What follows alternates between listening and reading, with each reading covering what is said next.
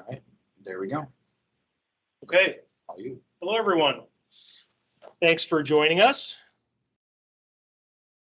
The few faces that we do see, we're very thankful to have you join us and participate in our pre-construction meeting.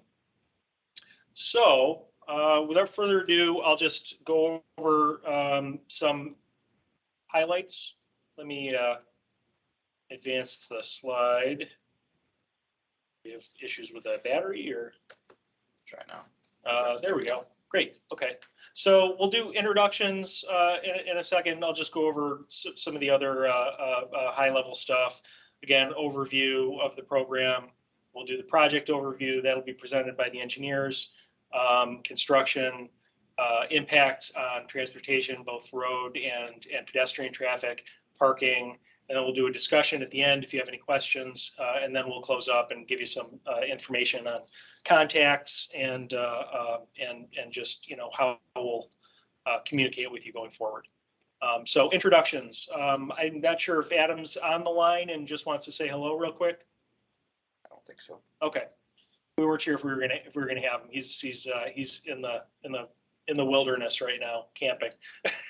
So Adam is our program coordinator for the stormwater management program. I work under him. I handle Save the Rain, the green infrastructure, specifically as the project coordinator of Save the Rain. We've got Ben Tillotson and Ben Taylor from Arcadis, project manager and project engineer, respectively. They'll introduce themselves in a little bit more detail as they step up. Sorry. So I think it might be timing me out, maybe, or I clicked somewhere else. It messes up. It should be good. Oh, I see. Okay. All right. So, I mean, really quickly, one of the issues that we have down in this part of downtown, I mean, really all over the city, you see infrastructure that dates way back. I mean, going 130, 140 years back in some cases. Sometimes it's even wood conveyances. But while I don't think we quite have that in this area, what we do have is a lot of really old infrastructure, some of the oldest in the city. And we also have a lot of things going on. We've got that 19th century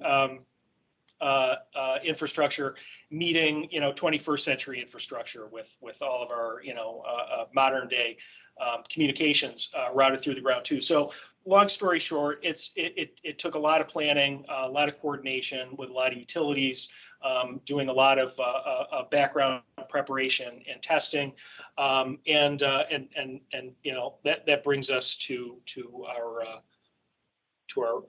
project.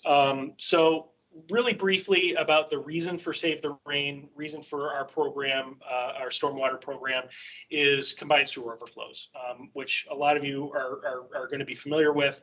A lot of the older cities, Northeast specifically, we see a lot of combined sewer systems where you have infrastructure dating back as far back as the 19th century, moving forward to today, where our needs are changing over time, and what we're doing is we're ultimately just adding to a system that was never really designed to accommodate all of that volume to begin with.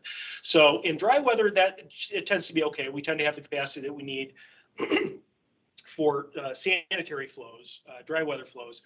However, when we get storm events, especially extreme storm events,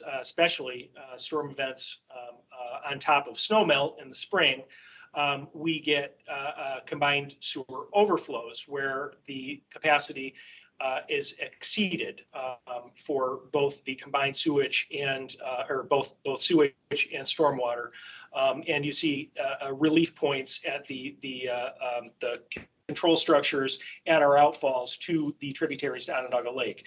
Obviously, public safety is a huge concern. We don't want to flood basements, so unfortunately, the weak point in the system, the overflow, has to be elsewhere, and it winds up being on our tributaries. So water quality issues, quality of life issues, obviously, whatever we can do to mitigate the impacts of these overflow events and reduce them to begin with, we're going to go ahead and do. So again, alluding to the water bodies that are affected by these phenomena, which leads us to infrastructure solutions, both green and gray. In 2008, we entered the fourth stipulation of our amended consent judgment that dictated how we were going to deal with these combined sewer overflows, and that we were going to specifically, with the advent of the fourth stipulation, bring in green infrastructure elements along with the gray.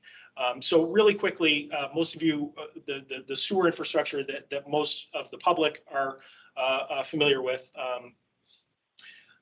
is what's typically referred to as gray infrastructure. So your wastewater treatment plants, your pipes and conveyances that take the sewage to the wastewater treatment plants.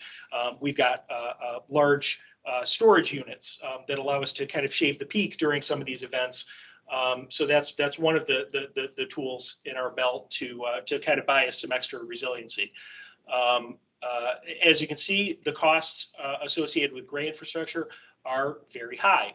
It's a very effective means of dealing with these issues, but it's also very time, labor, and resource, including fiscal resources, intensive. So you can see what we can do with the gray infrastructure, though, is very sophisticated treatments. They have multi-step process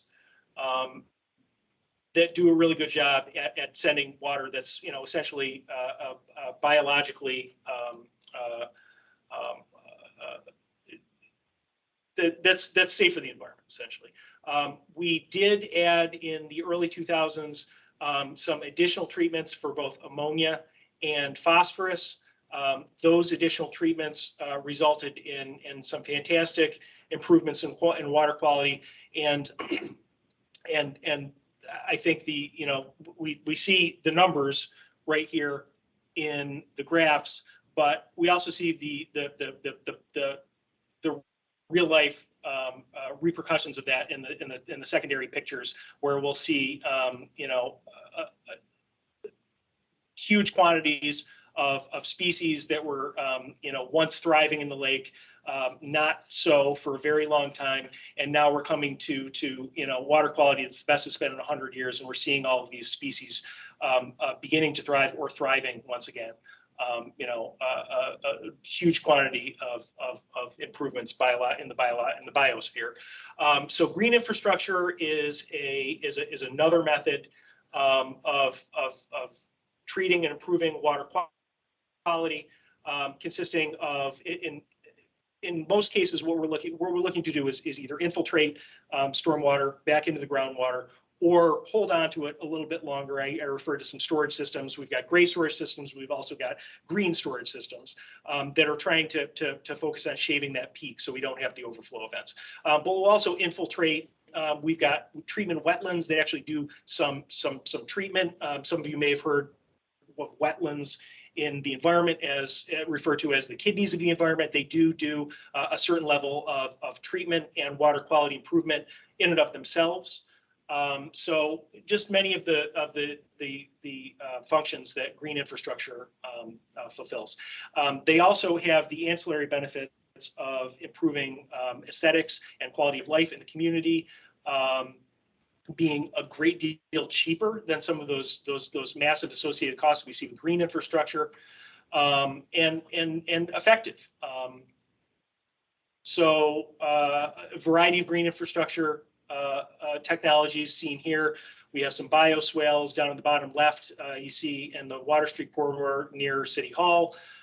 We've got some porous pavement. I think that's the zoo on the bottom right. And then across the top, you'll see some of our valued partners at Earth Corps doing tree plantings. We've got the ever popular rain barrel program, some cisterns in, I think, the War Memorial, which is where we derive the water for our ice for the hockey team, which is very neat. One of the largest green roofs in the country, if not in the world, on top of the On Center.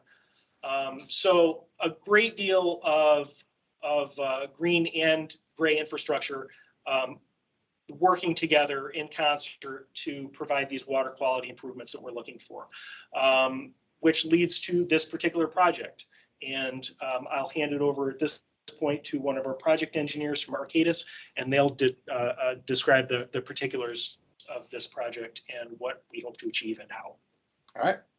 Thank you, Jed. My name is Ben Taylor. I am the project engineer on this project, and we will be involved. Arcadis will be involved throughout construction. We'll be here for the whole entire construction project. So not only did we design the project, but we will also be bringing it through construction. So some of the project goals of this project that we refer to as the CSO 29 Rehabilitation and Modifications Project, or CSO 29 Walton Street. Goals here are to first and foremost reduce combined sewer from entering Onondaga Creek and combined sewer overflow events that Jed was talking about, which then in turn improves water quality in Onondaga Lake and improves the quality of life and business for all of us here in downtown Syracuse. So the project has been going on for quite a while. Started in July 2017, and there's been various design submittals along the way, and we've adjusted the scope, and the project has gotten smaller and more effective at the same time, which has been great. And now we are looking towards construction, which is planning to start this summer and go to the fall, and then it should be over substantially in the winter. And there might be a little bit of paving next spring, but we'll see how the weather goes on that. And so we have a contractor on board. This project was bid this year, and so the contractor is JJ Lane Construction Incorporated, and they will be the ones that actually get to build this and get to dig in the ground. I'm going to hand it over to the project manager to discuss the major project elements. Thank you, Ben. My name is Benjamin Tillotson. I'm serving as the project manager for Arcadis. So the major project elements here, we're going to replace the regulator structure, which Jed kind of showed earlier in his little pictorial diagram there. The regulator structure is what actually prevents or keeps the flow in the sewer during dry weather. And then during wet weather, it regulates the flow that goes to the Onondaga Creek in this example. The regulator structure is adjacent to the Walton Street Bridge, kind of like right in the near the crosswalk for the Onondaga Creek walk. We did some extensive modeling, hydraulic modeling and design, and the best solution here was to raise and widen the weir. The weir is the kind of the dam or the wall that flow overtops within the regulator structure. And part of the project is also to replace adjacent piping, old infrastructure connecting to existing pipelines, and also a dry weather connection manhole that's directly adjacent to the regulator. And you'll see that on the next some of the next figures. We're also going to improve the sidewalk, the ADA ramps that are on the creek walk there, and also improve the asphalt in that area adjacent to the bridge and within the project limits. So some of the figures that were developed for the construction drawings. This is a view of the project area. As you can see there on the bottom, Walton Street runs east to west, and you can see Onondaga Creek there running north-south. And also the creek walk, crosswalk, which I had mentioned prior, is right there in the middle of the project area. The project limits are the construction area, not the actual total area of disturbance, but they're shown here by the red box. This parking lot, that's a city parking lot. Thank you, Ben. Mm-hmm. This parking lot is anticipated to be used for contractor laydown and storage of materials and equipment. And during construction, access to this parking lot will be from West Fayette Street and also from Walton Street, mainly from the bridge side of the project, keeping the other side of Walton open for business during the entire length of the project. Okay, the regulator structure, which I had mentioned before, this is showing the approximate location, and then also the adjacent manhole, manhole 2. Manhole 2 is a connection to the dry weather flow on sanitary combined sewer on Walton Street. The regulator structure is going to be 10-foot diameter, completely underground. All you'll see at the end of the project is just a manhole cover.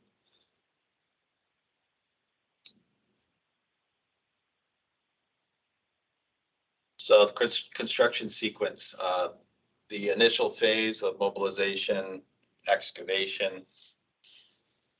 They also will be doing some bypass pumping and utility protection that is anticipated to last about 4 weeks. Manhole demolition, some of the subsurface geotechnical support, helical piles in this case, and manhole installation and piping is expected to last about 8 weeks. The remaining portion of restoration, backfill, compaction is anticipated to last approximately 5 weeks.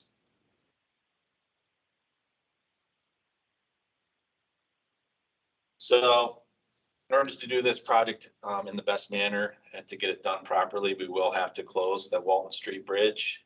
And this figure shows the anticipated detours around the area, access to both sides of Walton during the entire duration of the project, like I had said before. So yeah, we anticipate approximately 4 months of closure on Walton Street. This shows the creek walk closure and also the detour for pedestrians and bicycles. And signs will be posted to divert traffic to the west on Walton. Sidewalk closures, we will be closing the sidewalk on the north side of Walton Street across the bridge. So pedestrians that are walking on Walton Street will be detoured to the south side at a temporary crosswalk location on both sides of the project area. There will be some parking impacts. The parking, street parking on the bridge and immediately adjacent to bridge on Walton Street will be approximately 10 parking spaces will be used. One key point is we are maintaining access to this private parking area, which I believe is an employee parking lot for a few of the businesses there. Not only on Walton, but also from Armory Square near the Sound Garden. The city parking lot here that I mentioned before, there's 13 spaces there that will be impacted during the project timeline.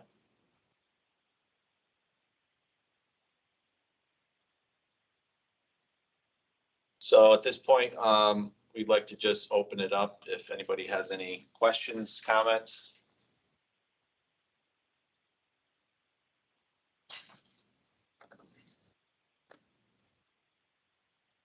Anybody from our team have anything to add? Go ahead. Well, I've got a question. So I'm a business owner around the block on the 200 block of Walton. And although I'm closer to the Franklin Street, you know, that is a rather popular kind of throughway for drivers and pedestrians. One of my concerns, and I think a lot of the concerns of some of the other businesses on the block is, you know, no longer having through traffic and having this kind of dead end or turnaround. And I'm wondering what the options are to kind of mitigate the just traffic jam I feel. You know, already we see with like Uber Eats and, you know, stuff like you get double parking and it just turns into a huge cluster. And that's my concern now. Moving forward, and I almost can't help that it'll just kind of be worse. So I'm wondering what your thoughts were on that. Yeah, if a truck ignores the detour signs and turns onto Walton Street, it's going to be a bit of a pain for them to get around at the end. One of our original plans is to block off with some cones in that area in red at the end. So at least there's a turnaround point so that they don't have to back all the way back down. That's just going to make it worse on that street. But so number one, yeah, we'll have some area down at the end where the cars will be able to turn around if they do ignore the signs and see if they can get down. And we still want delivery trucks to be able to get down there. So for the businesses to access their deliveries. And then another item will be on either side of the construction area. We'll plan to have, we are having signs on all the fencing, as well as signs that note that the businesses are still open so that pedestrians can walk around the construction site and still get through that area. Excellent. That kind of is the perfect segue to my next point was signage. And I know there have been talk, I know that Jed has been at some of the Armory Square meetings over the past couple of months. And we talked a lot about, those signs that would say these businesses businesses are still open, things like that. I think that's very helpful, of course. But one of my thoughts regarding that is if I was in a town that I may not have ever been to, and I see a sign that says businesses are open, of course, I know that those businesses are open, but I don't know what businesses are unless I travel down this kind of construction zone, So I don't know if it's possible, but I think it would be a good idea if there's the potential to add logos or lists of what businesses are. That's the plan. That's the plan. Absolutely. Love that. Yep. Great. Yeah, we had a chance to, I'm sorry. No, go ahead. I was just gonna say that yeah, the particulars of that's what we decided. When, Okay. I think it was the April meeting I came and that was somebody's suggestion is, can we have some sort of, positive encouragement sort of, this is, businesses are open and, furthermore, these are the ones that you find at this block and you're just driving by. Right, great. So we've got an email here, I guess, while we're on that topic, for anybody on the phone or that views this recording. Here's the email addresses. So if you do have a business logo or something that you'd like to include. Who would I, would that? You can send it to me, grab one of those cards if you don't. Yep. Or, find the info on the web. Yeah. Excellent. You specifically talk about web pages or outside area? A sign at the entrance to the construction area. Right. What Dinosaur Barbecue did, they actually came out, we allowed them to add their sign. So it was like they were sign that they put up there. Dinosaur. And it was okay for them. So people seeing it, they knew that, okay, Dinosaur Barbecue is still open. Dinosaur provided their own sign to like go up on the Right. fence or whatever kind of. Right, it was like more likely, when you have a cookout, you come cater, roll up signs. Gotcha. So that's what they put on the fences and stuff Okay. like that, so they can know that. Interesting. Okay. Yeah, and I think in this case where we have more, in a dense, environment of a lot of businesses, we'll probably, it won't be a tiny sign, but, we'll try to make it, condensed enough to fit where it needs to fit, but make it, visible enough that people will be able to pick out which those particular businesses are. Yeah, sure. At a glance. And then I do have one other question, and this is less about the project, but more about my environmental interest surrounding Onondaga Lake. You had some graphs regarding phosphorus levels and ammonia levels in the lake. There was a pretty significant drop off maybe in the early 2000s, 2004, something like that. Yeah. Was that in tandem with other maybe more aggressive lake cleanup actions, or was that strictly better wastewater treatment? That was really that additional treatment stage at Metro. Really? Yeah, It was difference. it was remarkable. Yeah. Yeah. Metro is a major contributor to the lake. So interesting. Yeah. Yeah, maybe it's a National Geographic. Yeah. Did it really? There was also at least one big gray infrastructure project in Midland Ave that came online not too long after Metro, I think probably 2006. So that might have helped to keep some of the CSO on the lake.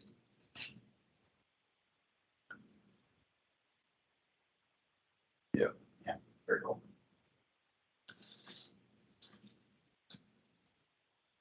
Alrighty. Does anybody on the phone have any questions or comments? Got David and Kyle, I believe, on the phone. If not, that's okay too. Just want to give the opportunity.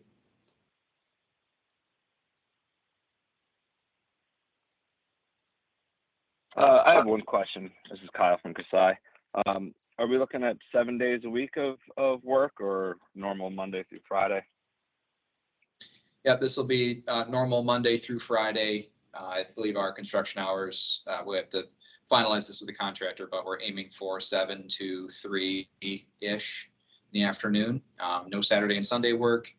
And the directive to the contractor in the contract documents is to also provide a security guard on some of the popular night hours, so that when there's the fence up, when there's excavation open, when there's a potential hazard, there will be somebody at the site that will be available to just make sure that things are safe and that people are making their way around the construction fence safely. Great. Yeah, that was my next question. One more question. The parking lot next to the creek, not the city one, but the Syracuse parking one there. I think they call it the Fayette lot. I know I myself park there, and several of my employees do as well. I know you said traffic across the bridge will be, affected. Does that include from that lot? Will there still be, or should I direct my employees to walk around? We'll be able. This lot will remain open. Local traffic will be able to come down Walton Street and then into the lot through both of these entrances. So that should not be a problem. Yeah, there just won't be access from the other side of the creek, but pedestrians will be able to move back and forth. Just no car traffic. Right. So if folks park here, they'll just walk around the construction zone on this side, then they'll cross the street again over on the other side. Okay, great.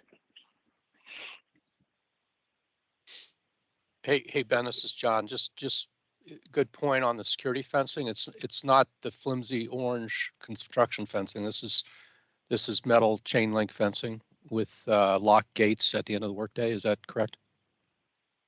Correct. Yes, this will be large, robust fencing, I believe 8 feet high. I think we had in the construction document something like that. You will not be able to get into it. Yep. Great.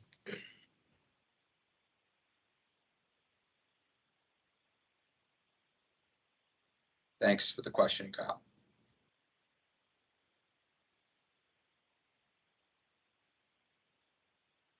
Alrighty. I noted before that we did have contact information on this slide, so here's the contact information. Jed will continue to be the point of contact, and that's, I believe, what we have on the card as well. There's some business cards that we do have.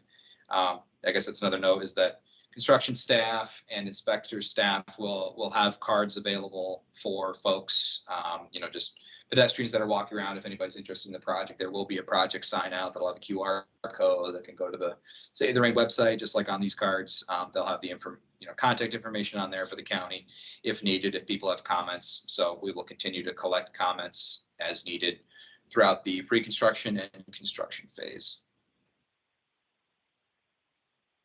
All right, anything else from folks here in the room?